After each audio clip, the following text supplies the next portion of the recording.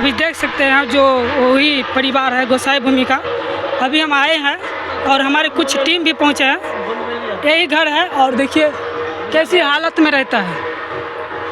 तो हमारे साथ है चाची, कुछ बतेबे अपन बारे में। कथी बतेबै, देखे तो छियै सब काहे के टूटल फाटल, कोई कमाए वाला नहीं, कोई देखभाल करे वाला नहीं, एगो बच्चा भैया? है तकरा नहीं देखभाल करे वाला। हाँ कुछ बजबे।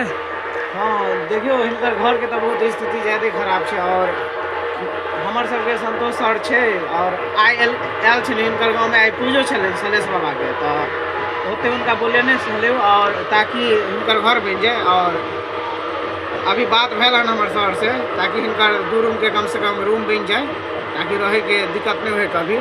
और बहुत जल्द माने 2 से 3 दिन में सामान वामान अब गिर जाता यहाँ पर। सर आयल छलखिन, अभी घर तर देख के गेलखिन हन यहाँ से। यहाँ देख सकते हैं यहाँ पानी पीने के लिए कल भी नहीं थे और हमारे पासवान युवा शक्ति की तरफ से कल भी लगा है, देखते हैं चालू है कि नहीं।